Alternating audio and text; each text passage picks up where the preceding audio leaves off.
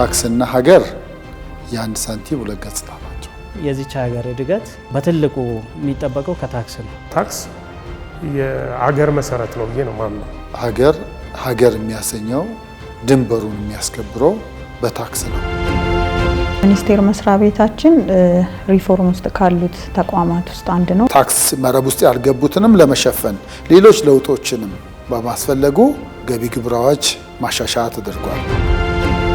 የደረጃ ሀና ለግብር ከፋዮች በአመት አንድ ጊዜ ነበረ ንግድ ትርፋቸውን የሚከፍሉት። ቲክቶከሮችም ቢሆን ለኢትዮጵያ ግብር መክፈል አለባቸው ባገኙት ጥቅም ልክ። ባለቤትም ይኖረዋል።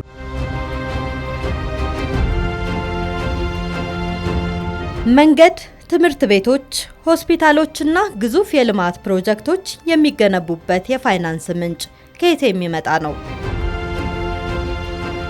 መልሱ የእነዚህ ሁሉ የገንዘብ ምንጭ ከዜጎች የሚሰበሰበው የገቢ ግብር ነው። ግብር መንግስት ግለሰቦችና ድርጅቶች ከሚያገኙት ገቢ ወይም ካላቸው ንብረት ላይ በሕግና ደንብ መሰረት የሚሰበሰብ የውዴታ ግዴታ ክፍያ ነው።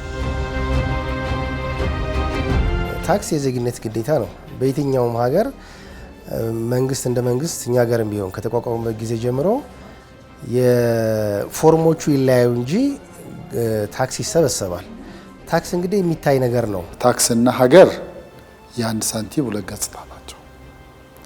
ሀገር ያለ ታክስ መመስረት አይቻልም።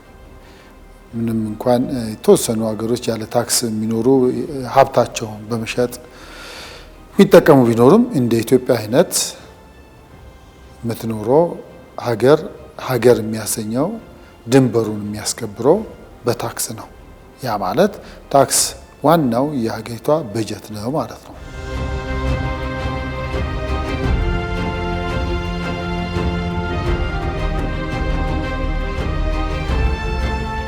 ሀገር እንደ ሀገር እንዲቀጥል በራሷ ያመነጨችውን ገቢ መጠቀምና ለሕዝብ ለህብረተሰቡ መሰረታዊ ፍላጎቶችን ማሟላት የዩኒቨርሳል የሆነ ወይም ዓለም አቀፋዊ የታክስ መርህ ወይም ደግሞ ትርጉም ነው። ከዚህ አንጻር እንግዲህ አንድ ሀገር በራሷ ገቢ የራሷን ወጪ ለመሸፈን ታክስን ኢኮኖሚ ያመነጨውን ታክስ መሰብሰብ ያስፈልጋታል ማለት ነው። ግብር ከፋዮች ግብርን እንደ ግዴታ ወይም እንደ ሸክም ብቻ ሳይሆን ለሀገርና ለራሳቸው ንግድ እድገት ያለውን ዘርፈ ብዙ ጥቅሞች አውቆ መክፈል እንዳለባቸው ግብር ከፋዮችና ባለሙያዎች ይገልጻሉ። ግብር በጣም ውድ ነው እና በጣም ከእንደኛ ሀገር አይነት ኢኮኖሚ የሚሰበሰብ ግብር በጣም ውድ ነው ብዬ ነው የማስበው። ያንን በአግባቡ የተሰበሰበውንም ግብር ሞር ብንጠቀምበት አሁን የምናያቸውን ጫናዎች መቀነስ ይቻላል ብዬ አስባለሁ እና ኢንጀነራል ታክስ የአገር መሰረት ነው ብዬ ነው ማምነው። ታክስ በመሰረቱ ማንኛውም ሰው መክፈል አለበት። ይሄ የመጀመሪያ ተቀዳሚ ነገር ነው ማወቅ ያለበት። ያለ ታክስ ምንም መሆን አይቻልም። አገር የምትንቀሳቀሰው በታክስ ነው። ሁለተኛ ደግሞ ታክሱን ሲከፍል ሕግና ደንብ አለው። ሁለተኛ ደግሞ ያለ ታክሱን ማዘመንና ታክሱ መቼ እንዴት እንደሚከፈል ማወቅ ይኖርበታል ማለት ነው። ስለዚህ ታክስ ቬሪ ሬሌቫንት ለአንድ ሀገር መሰረታዊ ነው። ታክሱ በወጉ ቢሰበሰብ ብዙ ሰው ታክስ ባያጭበረብር ምናልባትም ያሉትን ዴፊሲቶች ልንቋቋም እንችል ነበር ማለት ይቻላል። የዚች ሀገር እድገት በትልቁ የሚጠበቀው ከታክስ ነው፣ ከግብርና ታክስ ነው የሚጠበቀው። ያንን ለመሰብሰብ ደግሞ ግብር ከፋዩም ትክክለኛ የሆነ ሂሳብ መዝገብ ይዞ ትክክለኛ የሆነ ታክስ ህጎችን ተረድቶ ሲያሳውቅ ለራሱም ተጠቃሚ ይሆናል። እንደ ለሀገርም ታክሱን በወቅቱ በማሳወቅ ለተጀመረው ልማት ወይም ሀገርን ከማሳደግ አንጻር ትልቁን አስተዋጽኦ ይወጣል። የግብር አይነቶች ቀጥተኛ ግብርና ቀጥተኛ ያልሆነ ወይም ተዘዋዋሪ ግብር በመባል በሁለት ዋና ክፍሎች ይከፈላል። ቀጥተኛ ግብር ከፋዩ ግለሰብ ወይም ድርጅት በቀጥታ ከሚያገኘው ገቢ ወይም ካለው ንብረት ላይ ለገቢዎች ሚኒስቴር የሚከፈል ነው። የደሞዝ ገቢ፣ የንግድ ትርፍ፣ የቤት ኪራይ ገቢ፣ የካፒታል እድገት፣ የእድል ሞካሪ ግብር ከቀጥተኛ የግብር አይነቶች ውስጥ ይመደባሉ። ዓለም ላይ ሁለት አይነት የታክስ አይነቶች አሉ። ዓለም ኤክሰርሳይዝ የሚያደርግባቸው ይሄም ቀጥተኛ ታክስና ቀጥተኛ ያልሆኑ ታክሶች ነው። ቀጥተኛ ታክስ ሲባል መሰረቱ ገቢ ነው። ገቢ ያገኘ ሁሉ ለሀገሪቷ ገቢ ባገኘበት አገር እና ገቢ ምንጭ መሰረት አድርጎ ግብር ይከፍላል። ኢትዮጵያ ቀጥተኛ የሆኑ ታክሶች በስኬጁላር ሲስተም ወይንም ሰንጠረዣዊ ድንጋጌን መሰረት አድርጋ ነው የምትጠቀመው። እነሱ ደግሞ እንግዲህ ሰንጠረዥ ሀ፣ ለ፣ ሐመረሃ፣ መና ሰ እንላቸዋለን። ሀ ከመቀጠር ነው። ለ ደግሞ ከህንፃ ኪራይ ወይ ከቤት ኪራይ ነው። ሐመረሃ ደግሞ ንግድ ትርፍን የሚመለከት ነው። መሌሎች ገቢዎች የምንለው ሰ ደግሞ ከግብር ነፃ የሆኑ የምንላቸው ናቸው። ስለዚህ እነዚህ በምን ታክስ ውስጥ ይካተታሉ? ቀጥተኛ ከሆኑ ታክሶች የምንመድባቸው ናቸው። እነዚህ ቀጥተኛ ታክሶች በቀጥታ ከግብር ከፋዩ የሚሰበሰብ የግብር ከፋዩ ቀጥታ ኃላፊነት ነው ማለት ነው። ሁለተኛው ደግሞ ከኪራይ ጋር ከንብረት ኪራይ ማለት ህንፃ ወይ ቤት ኪራይ ጋር የተያዘ ነው። ኪራይ ሲባል ስሙን ብቻ ሳይሆን ምን አይነት ኪራይ የሚለውን ነገር ለብቻው ለይቶ ተርጉሞ ከህንፃ ኪራይ፣ ከቤት ኪራይ፣ ከመጋዘን ኪራይ ጋር የተያዘውን ገቢ ነው። ይሄም በአንድ ካቴጎሪ ነው። ከዚህ ጋር የተያዘ ጥቅሙን ያገኘ ሰው አከራዩ ግብር የሚከፍልበት ስርዓት ነው።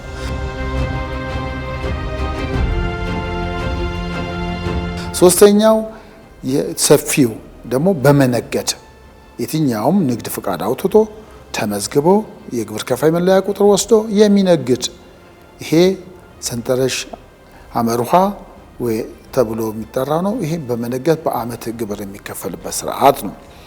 ሌላ ከዚህ ውጭ እንግዲህ አልታሃም፣ ለም፣ ሐመረሃም ውስጥ ያልተመደቡ ግን አልፎ አልፎ የሚገኙ ጥቅሞች ካሉ ልዩ ልዩ ገቢዎች ተብሎ በሰንጠረዥ መ ስር ተካቷል። የራሳቸው የገቢ አይነቶች የራሳቸው ምጣኔ ያላቸው በተገኙበት ሰዓት ያገኘው ሰው ግብር የሚከፍልበት ስርዓት ነው። እንግዲህ ኢትዮጵያ ቀጥተኛ ታክሶችን በዚህ ነው የምታስተናግደው። ይሄም ማለት ደግሞ ከ15 ያልተናነሰ እንዲያውም ከ15 በላይ የገቢ አይነቶች አሉ። እነዚህም በየራሳቸው ምጣኔ ይስተናገዳሉ ማለት ነው።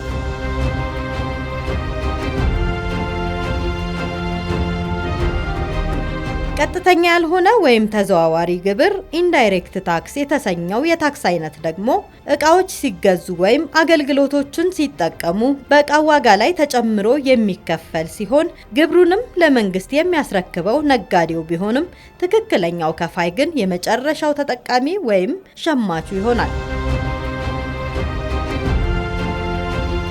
የተጨማሪ እሴት ታክስ ወይም ቫት፣ ተርኖቨር ታክስ፣ ኤክሳይዝ ታክስ፣ የጉምሩክ ቀረጥና የመሳሰሉ የግብር አይነቶች በተዘዋዋሪ የግብር አይነት ውስጥ ይመደባሉ።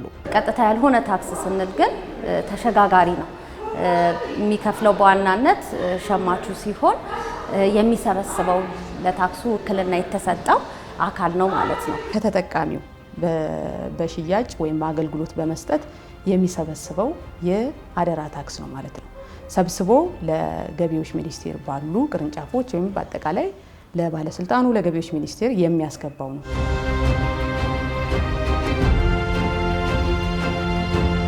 ቫትን ብንወስድ ቫት እንግዲህ እቃዎችን በሚሸጥበት ጊዜ ወይም ደግሞ አገልግሎት በሚሰጥበት ጊዜ አገልግሎቱን ወይም ደግሞ እቃውን ፍጆታ ካገኘ ሰው የሚሰበሰብ ታክስ ነው። እንደዚሁ በወር ተሰልቶ ታስቦ የሚከፈል ነው ማለት ነው። ምጣኔውን ስንመለከት 15 በመቶ ነው። ሁለተኛው እና ዋናውን ሼር የሚይዘው ደግሞ የኤክሳይዝ ታክስ ነው። ኤክሳይዝ ታክስ ደግሞ የራሱ ቤዝ አለው፣ የራሱ የሚጣልባቸው ምጣኔዎች አሉ፣ የተለያየ ድንጋጌዎችና ከዚህ ጋር የተያያዙ ጉዳዮች አሉ። ይሄም ሰፊውን የሚይዘው ማለት ነው። የጉምሩክ ቀረጥ አለ፣ ሰፊውን ገቢና ወጪ እቃዎች ላይ የሚጣል ይሄም አገሪቷ የምታገኘው ከዚህም የሚሰበሰብ ገቢ ስለሆነ እነዚህ ከፍተኛውን ድርሻ ያላቸው የታክስ በጀት ወይ ታክስ ገቢን ከሚወስኑ ዋና ዋናዎቹ እነዚህ ናቸው። ሌሎች ተያያዥ ቀጥተኛ ያልሆኑ ታክሶችም እንደዚሁ እንደ ቴምብር ቀረጥ አይነት ሌሎችም ከሰነድ ጋር የተያያዙ ታክሶች አሉ ማለት ነው። ለረጅም ዓመታት የኢትዮጵያ የታክስ ስርዓት ከሀገሪቱ የኢኮኖሚ እድገት ጋር አብሮ አለመሄዱ የግብር መሰረቱ ጠባብ መሆኑና በህጋዊነት ዙሪያ ያሉ ክፍተቶች የገቢ አሰባሰቡን ወደ ኋላ እየጎተቱ በመሆኑ ማሻሻያዎችና አዳዲስ የግብር መሰብሰቢያ አድማሶችን የማስፋት ተግባራት ተከናውነዋል። ማሻሻያዎቹ የታክስ መሰረቱን ማስፋት፣ የታክስ አስተዳደሩን ማዘመን፣ ኮንትሮባንድና የታክስ ስወራን መቀነስ እንዲሁም የሀገር ውስጥ ገቢን ማሳደግ ላይ ትኩረት ያደረጉ ናቸው። ሚኒስቴር መስሪያ ቤታችን ሪፎርም ውስጥ ካሉት ተቋማት ውስጥ አንድ ነው። በየጊዜው አሰራሮቹን ለአሰራር ደግሞ የማይመቹ ህጎችን፣ መመሪያዎችን፣ ደንቦችን እያሻሻለ የሚሄድበት ነው። ይሄም መነሻ የሚሆነው ብዙ ጊዜ ከግብር ከፋዮች የሚነሱ ጥያቄዎች፣ አሰራር ላይ ደግሞ የሚያጋጥሙ ችግሮች እንደዚሁም ከባለድርሻ አካላት ጋር ከሚመለከታቸው የመንግስት ተቋማት ጋር በመሆን በየጊዜው እየፈተሸ የሚሄድበት አሰራሮች አሉ። የሚደረጉ ጥናቶችም አሉ። ታክስ መረብ ውስጥ ያልገቡትንም ለመሸፈን ሌሎች ለውጦችንም በማስፈለጉ ገቢ ግብር አዋጅ ማሻሻያ ተደርጓል። 1395 ህዝባር 2017 ሐምሌ 1 ጀምሮ ተግባራዊ የተደረገው ማለት ነው። በዚህ መሰረት እንግዲህ ብዙ ለውጦች መጥተዋል ማለት ነው። ብዙ በተለይ ከ40 ያላነሱ አንቀጾች ማሻሻያ ተደርጎባቸዋል። በ3 ደረጃ ነበር የግብር ከፋይ ደረጃ ያለው ሀሌቶ ሀለና ሀመርሃ ተብሎ አሁን ወደ 2 ደረጃ አድርጎታል።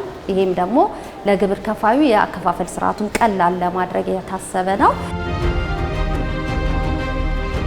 በቅርብ ጊዜ ማሻሻያ ከተደረጉት ውስጥ እንግዲህ በቅርብ አንዱ የተጨማሪ እሴት ታክስ ነው።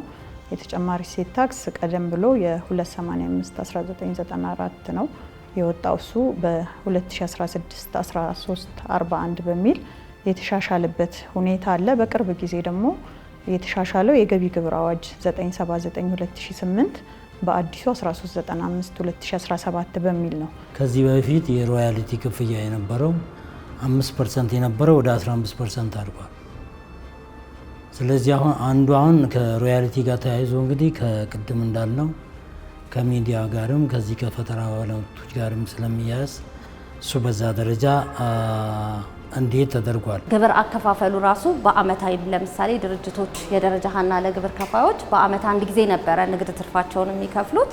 አሁን ላይ ግን በየ3 ወሩ አስቀድመው የሚከፍሉበትን ሁኔታ ያመቻቸበት ነው ያለው። ሌላው የትርፍ ድርሻም እንደዚሁ በተመሳሳይ ለረጅም አመታት 10% ነው የነበረው ኦልሞስት ወደ 15% እንዲያድግ ተደርጓል። እንደዚሁም ደግሞ የወለድ ገቢም ወደ 10% በፊት በሁለት ባንክ ላይና ሌሎች በሚል ነበር 5% እና ሌሎች ተብሎ የነበረው አንድ ላይ ወደ 15%። እንደዚሁም የእድል ሙከራ አሁን በየአካባቢ በጣም ሰፋፊ የሆኑ እድል ሙከራዎች አሉ። ይሄ ከ15 ወደ 25% አድርጓል።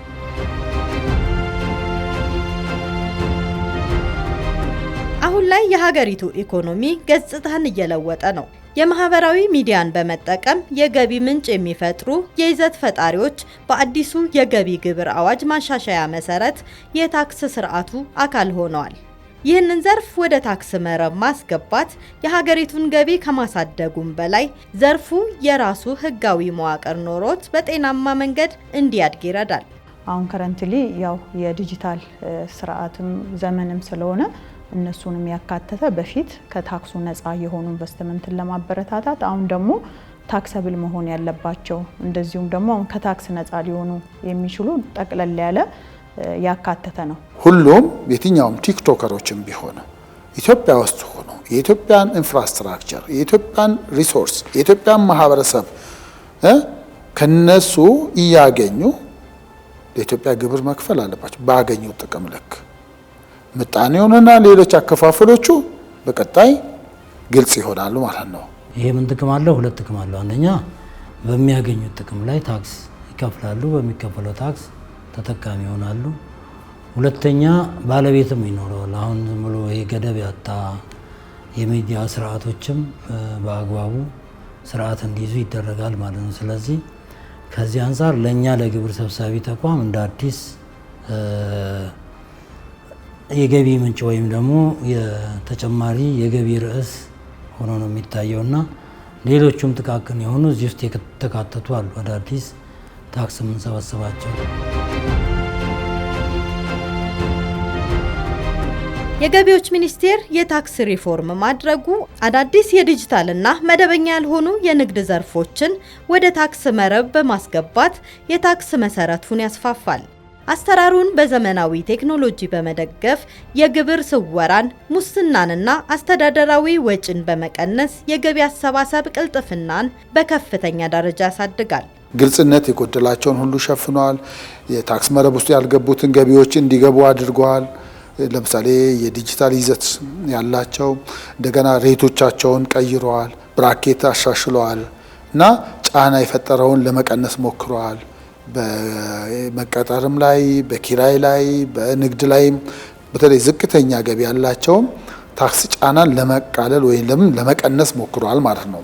ያ ማለት እንግዲህ ኢትዮጵያ ሀገራችን የራሷን ወጪ በራሷ ገቢ ተሸፍኖ ማየት የሚለውን እንደ ሚኒስቴር መስሪያ ቤታችንም ራዕይ አንግበን እየሄድን ስለሆነ በዛ ደረጃ የግብር መሰረቶችን ማስፋት ያስፈልጋል። ሁለተኛ ሶስተኛ ላይ ደግሞ አነስተኛ የንግድ እንቅስቃሴ ላይ ያሉ ግብር ከፋዮች የግብር አከፋፈል ስርዓቱም ቀላል እንዲሆን ይፈለጋል።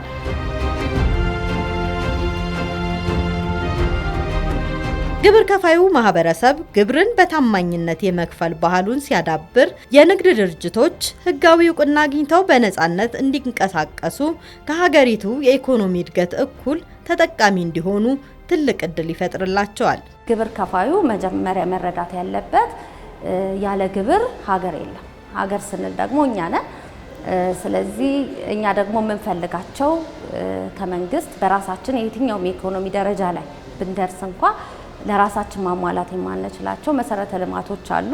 መብራት፣ ውሃ፣ ስልክ፣ መንገድ እና ሴኩሪቲ እንፈልጋለን። ጸጥታ፣ ደህንነት ያስፈልጋል። ስለዚህ ግብር ካልተሰበሰበ መንግስትም ይህንን ፋይናንስ ማድረግ አይችልም። ስለዚህ ይህንን በመጀመሪያ ደረጃ የጋራ መግባባት ላይ መድረስ ይኖርብናል። ታክስ የዜግነት ግዴታ መሆኑን እንደ ግለሰብም እንደ ድርጅትም ማወቅ ያስፈልጋል እና የታክስ ዓላማን ማወቅ አለበት። ግዴታው ብቻ ሳይሆን ታክስ ለምንድን ነው ዓላማው? አንደኛ ስቴት ፎርም ያደረገ ሀገር ታክስ በዋነኛነት መሰብሰብ ካልቻለ ስቴት ፌል ሊያደርግ ይችላል።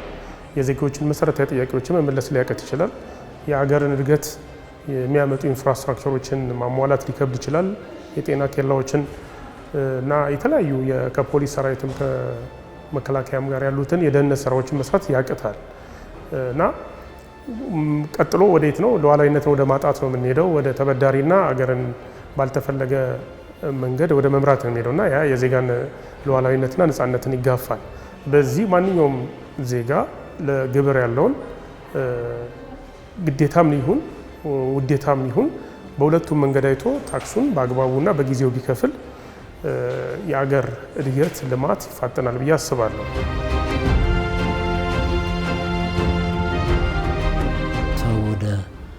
ቢዝነስ ስራ ሲገባ መጀመሪያ ስለ ንግድ ህግ ምን ይላል የሀገሪቷ ንግድ ዝርዝር ነገር ላይ ይጠበቃል። ሁለተኛ የሀገሪቷ የታክስ ህግ ምንድን ነው የሚለውን አንድ ሰው ቢዝነስ ውስጥ ልግባ ብሎ ፕላን ሲያደርግ እነዚህን ነገሮች በዋናነት ማወቅ ይጠበቅበታል። ግብር ከፋይ እንግዲህ ማወቅ ያለባቸው መጀመሪያ የታክስ አይነቶች ምንድን ናቸው የሚለውን ነው። ቀጥሎ ደግሞ ታዲያ ይሄ ታክስ እንዴት ነው የሚሰበሰበው የሚሉትን ማወቅ አለበት። ስለ ታክስ አዋጆች፣ ደንቦች፣ መመሪያዎችን ጠንቅቆ በማወቅ ግዴታውን መወጣት መብቱን ደግሞ መጠየቅ አለበት ማለት ነው። የገቢዎች ሚኒስቴር በየጊዜው የሚወጡ አዳዲስ ደንቦችና መመሪያዎችን፣ አሰራሮችን ለግብር ከፋዮቹ በተለያዩ መንገዶች የግንዛቤ ማስጨበጥ ስራዎችን ይሰራል። በፊት የነበረው ታክሱንም መመሪያውንም ዳይሬክቲቭን ሬጉሌሽን ሁሉንም የሚያውቀው ገቢዎች ከታክስ ፔሩ ጋር እንደው ከደረሰችን እና ካወቅናት በነጋሪት ጋዜጣ ታትሞ የሚወጣውን ሀሳቦች በሙሉ የተሰበሰቡበት የተከማቹበትን አዋጅ ብቻ ነበር የምናውቀውና እሱ የተወሰነ ደረጃ ነው የሚያስኬድሽ። ከዛ ውጭ ግን ደንብ አለ። ከዛ በኋላ ዳይሬክቲቭ እና የተለያዩ ደግሞ ሬጉሌሽን እንትኖች አሉ፣ መመሪያዎች አሉ። በየጊዜው እንደ ተጨባጭ ሁኔታ የሚቀያየሩ ይሻሻሉ። እነዚህን አናውቃቸውም ነበር እና ብዙ ጊዜ አጨቃጫቂ ነበረ። ማለት መተማመንም በሁለቱ በታክስ ፔሩ እና በታክስ ሰብሳቢው መስሪያ ቤት በኩል ሁል ጊዜ አለመተማመንና አማላቀው ነው ወይም ደግሞ ስንመጣም ግሬ ማለት ነገር ነበረብን። አሁን ግን የሞጁላር ስልጠና ከተጀመረ ጊዜ ጀምሮ አንደኛ በባለሙያዎች ማል የአቅም ማደግ እኛም ጋር የነበሩትን ክፍተቶች ከህጎቹም ከደንቦቹም ከዳይሬክቲቮቹም ጋር ራሳችንን እያለማመድን የተሻለ ደረጃ ላይ እንድንገኝ አድርጎናል። ቀደም ብሎ ከነበረው በጣም ብዙ ልዩነት አለው። ህግ ነው፣ በህግ መሰረት ነው። አዳዲስ የተሻሻሉ ህጎች አሉ። ይሄም ማለት የክፍያ ጊዜ ለቅጣት የሚዳርጉ ነገሮችን ኮምፕሊትሊ ያስወግዳል። የስልጠና መብትን እስከምን ድረስ እንደሆነም ያሳውቃል። ስለዚህ ኦቨርኦል እንትኑ ሲታዩ በጣም ቆንጆና አስፈላጊ ነው። ለታክስ ተገዢነት የተሻለ ሁኔታዎችን ፈጥሯል ብዬ ነው የማስበው እና ተጠያቂነቱም እስከምን ድረስ እንዳለ እንድናውቅ አድርጎናል ማለት ነው እና ይሄ በጣም ተስፋፍቶ አሁን እኛ ስራ ውስጥ ያለነው ብቻ ሳይሆን በዩኒቨርሲቲ ደረጃ ከታክስ ጋር በተያያዘ የሚሰጡ ስልጠናዎች ላይ ቢካተት እና በጣም አጽንኦት ተሰርቶት በየኮሌጆቹ ላይ ቢሰጥ የተሻለ ይሆናል ብዬ ነው የማስበው እኔ በግሌ ማለት ነው።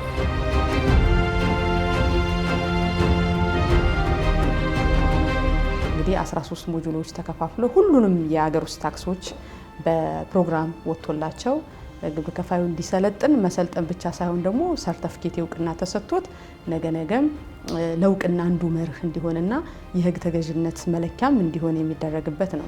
ስለዚህ እነዚህን ስልጠናዎች በትክክለኛው መውሰድ በነፃ የቀረበ ስልጠና ነው። መንግስት ዓላማው ምንድነው? አምጡ ክፈሉ ከማለት በፊት ግንዛቤ ልስጥ ላስተምር ነው። ግንዛቤው የሰፋ ግብር ከፋይ መብትና ግዴታውን አውቆ የዜግነት ግዴታውን በኃላፊነት እንዲወጣ ከስልጠና ጀምሮ ባሉት አገልግሎት አሰጣጥ ውስጥም የማስተማሩ ሂደት አለ ማለት ነው። መደበኛ ራሱን የቻለ ስትራክቸር ያለው ስልጠና የምንሰጥበት፣ ከዛ በተጨማሪ ደግሞ የአገልግሎት ክፍሉ ለምሳሌ ታክስ ማሳወቅ ሲመጣ ምን ማሳወቅ አለበት፣ ሲያሳውቅ ምንድነው ማካተት የሌለበትና ያለበትን የሚል ሁሉ ሀሳብ የሚሰጥበት ሁኔታ አለ። በሱ ከፍ ባለ ቁጥር ደግሞ ስሌት የሚሰራለት ከሆነ ወደ ኦዲት የሚሄድም ከሆነ እያንዳንዱን ሂደቶች እያወቀ የሚሄድበት አግባብ አለ። አዳዲስ መመሪያዎች፣ አዋጆች፣ አሰራሮች ሲመጡ ለህብረተሰቡ በቪዲዮ እየቀረጽን ዩቲዩብ ላይም ቴሌግራም ላይም እንጭናለን እና በሚመች መንገድ ሁሉ መሰልጠን፣ ማወቅ፣ እውቅና ማግኘት ስለሚቻል ሰርቲፊኬት እስከ ማግኘት ድረስ ያን እድል ቢጠቀሙ የበለጠ በእውቀት ላይ የተመሰረተ የታክስ አከፋፈል ስርዓት እንዲኖር ስለሆነ መንግስት የሚፈልግ ባለማወቅ ከሚመጣ ቅጣት ሁሉ እንድናለን። ስልጠና ቢወስዱ መልካም ነው ብዬ እላለሁ። በኢትዮጵያ የተሻሻለው የገቢ ግብር አዋጅ ስርዓቱን ይበልጥ ዘመናዊና ፍትሃዊ ለማድረግ ያለመ ነው። ዜጎችም የታክስን ጥቅም በሚገባ ተረድተን ግብርን በወቅቱና በታማኝነት በመክፈል ለሀገር ሁለንተናዊ እድገት የበኩላችንን እንወጣ።